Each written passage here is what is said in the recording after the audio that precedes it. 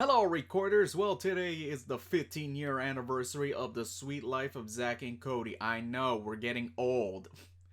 Oh my god. Like, I remember, like, the first promos of this show when it was airing around Disney Channel. And then I still remember 15 years ago, I was watching the show on its first airing, and I became a fan ever since then. I mean, this show was great. It had great characters, great storylines, and, I taught us a lot about Shakespearean. I mean, particularly like in the first two seasons, but mostly the first one. But still, it's like, and I'm glad that the show is available. All of it, the sequel series, The Sweet Life on Deck, are available on Disney Plus for your to recapture the show and to get a better perspective of it as an adult, like mostly millennials do, anyways. Now, I wouldn't exactly say what's my favorite episode of the whole series. I feel like I don't exactly ever had one with this show, but maybe it was the Halloween one where they were all trapped in that one hotel room, where Cody got to scare Zack. That was really good. As for the show, it's like, how it's made a huge impact on Disney Channel, because I feel like at the time there weren't, say, a strong, show that you could say was for boys or mostly, male targeted, because sure, maybe even Stevens, but I gotta double check. I mean, sure, there were like Lizzie McGuire, That's So Raven, which you could say those are only appeal to girls, but I feel like with the Sweet Life coming on board, it's like I was hooked. It was drawing more of a male audience, which was great. As for my favorite, like I don't know what more to say about this show, but hold on, let me think. But I'm glad like the concept of two boys living inside a hotel. It's like sure at the time I wasn't really paying attention to the show, like how the characters were actually living at the hotel or the mom was working there. I mean, it's like I don't know.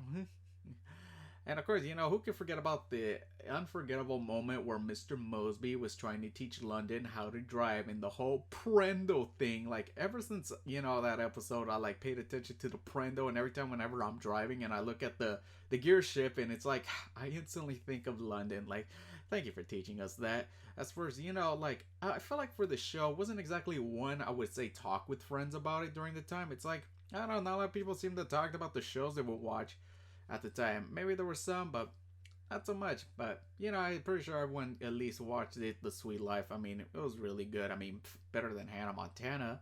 And of course, I'm very glad that the show's been a part of my life. 15 years. I think about some of my favorite moments from the show and how there were actually some emotional moments.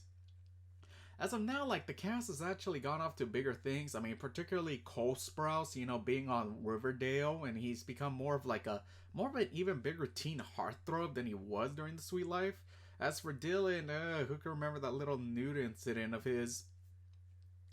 I mean, Brenda Song, she still actually contributes to Disney Channel. Like, she's on some show right now called, I forgot what the name is, but I know that she's involved. And, I've also like how other projects she was involved in for Disney Channel, like Wendy Wu, Homecoming Warrior.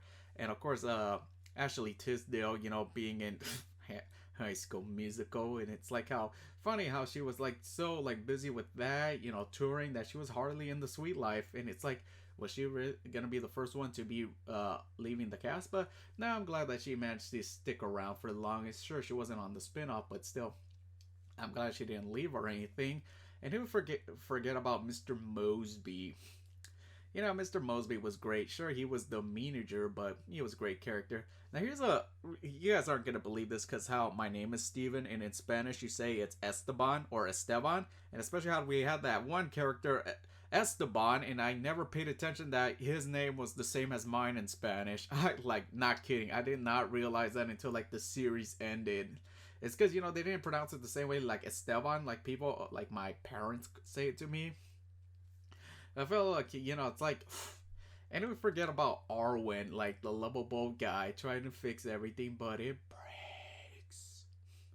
And the show had really good supporting characters, which like that dealt with stuff like dyslexia and sort more things. It's like I gotta maybe I'll rewatch the show during this whole lockdown thing. But in all doing I'm very sweet that this show's in my life and everyone else's, and it's like how I hope maybe there could be a cast reunion or something involving the show, maybe sometime this year or in the future. But all I know is like that's all I'm gonna say. Please comment down below your nostalgic memories for the show and your love for it. Please, I'd love to hear them. And catch you next time, recorders.